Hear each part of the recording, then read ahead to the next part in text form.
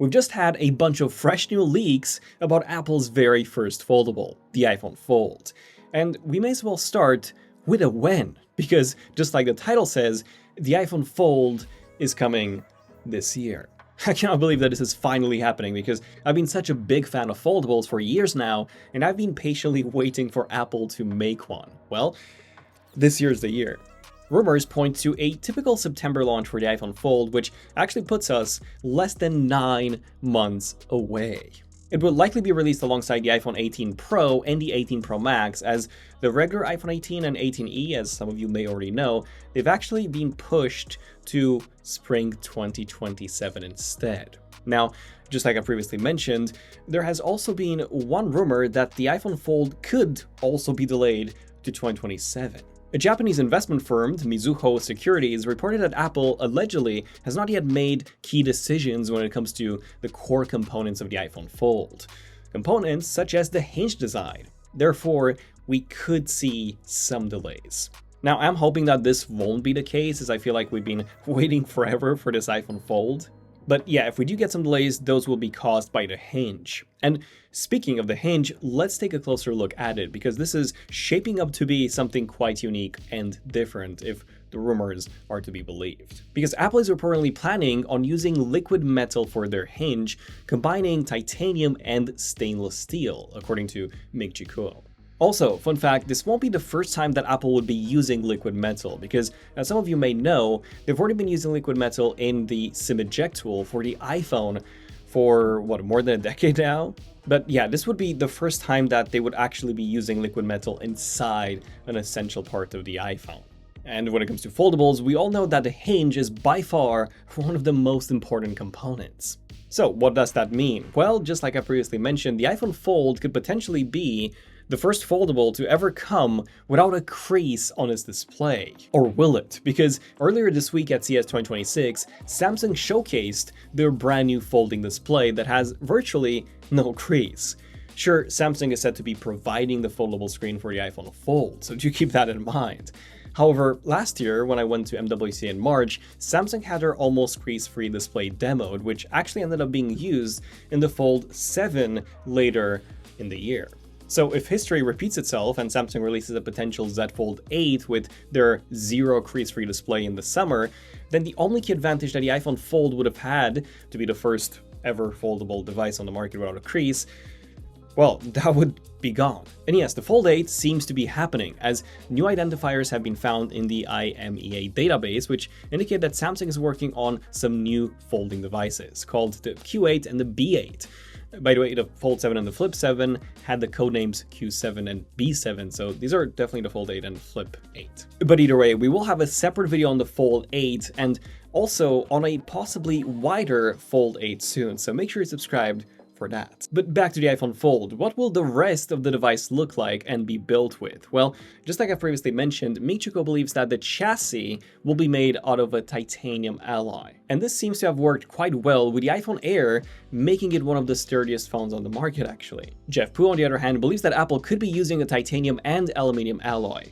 Either way, these are premium materials, and I'm almost certain that the iPhone Fold will feel extremely premium and sturdy, just like the iPhone Air currently does. And it may just feel the most premium foldable on the market. Also, if you're liking the wallpapers that you're seeing on our iPhone Fold concept, these are all from our app Wallpapers, which you can download for free down below using the link, or you can just search for it on the App Store or the Play Store. Now, speaking of the iPhone Air, Apple could reportedly use what they've learned from it and then apply it to the upcoming Fold. And I'm talking about the high-density battery. And make no mistake, this won't be a silicon carbon battery. It's just a standard lithium-ion battery that's denser, but still it would be slimmer and bigger than a traditional lithium-ion battery. Apple could also encase it in metal, just like they did with the iPhone Air and the smaller versions of the Apple Watch, in order to help with heat dissipation and also for added sturdiness. And honestly, as long as the battery lasts long, I wouldn't really mind that it's not silicon carbon.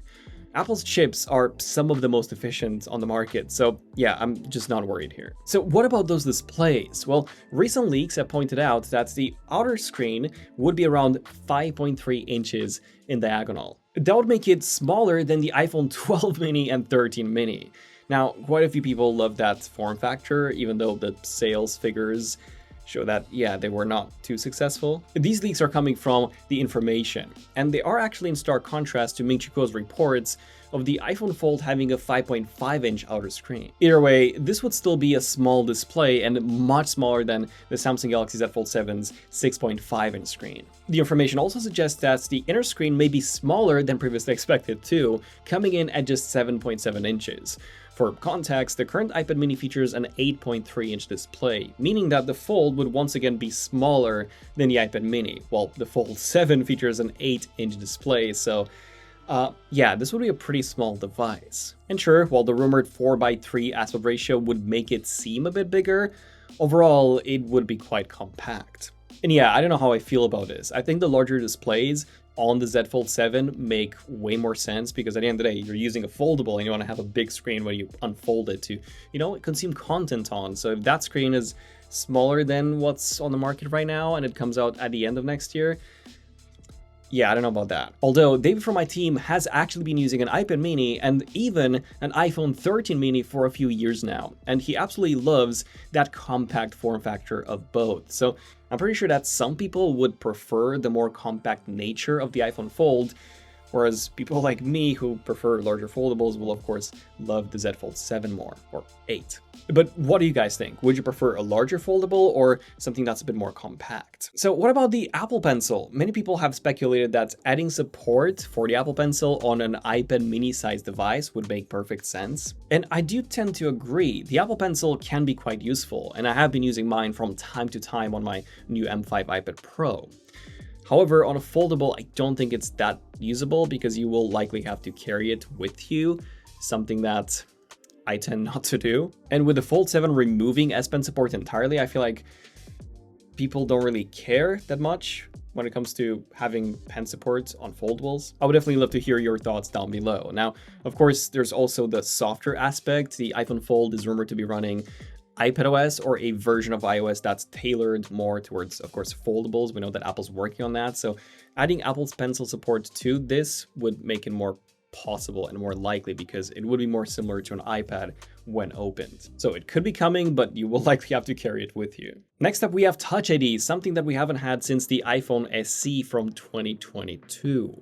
Now, TouchID could be making a comeback with the iPhone Fold, likely implemented in a similar way to the latest iPad Air and the iPad mini, with the sensor being built into the power button. But why bring it back? Face ID is faster and more reliable, and while that's true, Face ID does take up a lot of internal space, not just in width and height, but also in terms of the depth, something that, you just need to not have a lot of in a thin device like a foldable. And since the iPhone Fold is expected to be around 4.5 millimeters thin, every fraction of a millimeter matters. Reason why we're just getting a fingerprint reader, just like all the other foldables on the market. And speaking of that thin design, we actually have our very first mock-up thanks to my friend Ben Gaskin, who posted this on his X account. This seems to be based on the leaked CAD models that have surfaced a few weeks ago, and unfortunately those leaks point to a thickness of around 4.8 millimeters, so even thicker than the already underwhelming 4.5 millimeters that was previously rumored.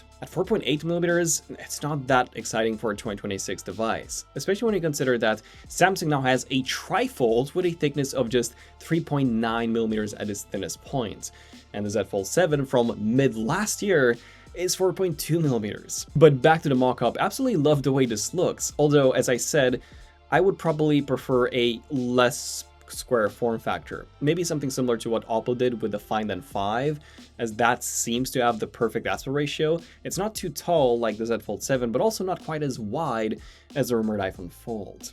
Once again, let me know, what do you guys think? But yeah, this is currently everything we know about the iPhone Fold, and with roughly 9 months to go until the expected release, there will likely be plenty more rumors and leaks along the way. So make sure you subscribe to the channel because we will be making videos about all of those as soon as they're out. I'm Daniel, this is ZONEofTECH, and I'll see you guys in the next one. ZONEofTECH, signing out. Cheers.